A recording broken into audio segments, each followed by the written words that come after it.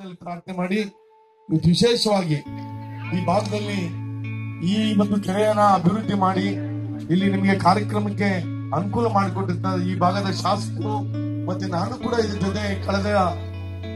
2008ರಲ್ಲಿ ನಾನು ಈ ಭಾಗದಲ್ಲಿ ಮಹಾನಗರ ಪಾಲಿಕೆ धन्यवाद करता है सर। अब मैं निवेदन करूंगा अपने बेंगलोर सेंट्रल के सांसद श्री टीशू मान जी कभी भी तन मन धन के साथ रहता है, इसीलिए जोरदार तालियों एसवी मंजुनाथ जी के लिए। बता दो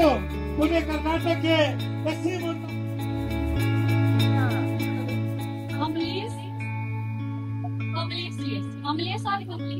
पंचायत के अधिकारी पर जगह नहीं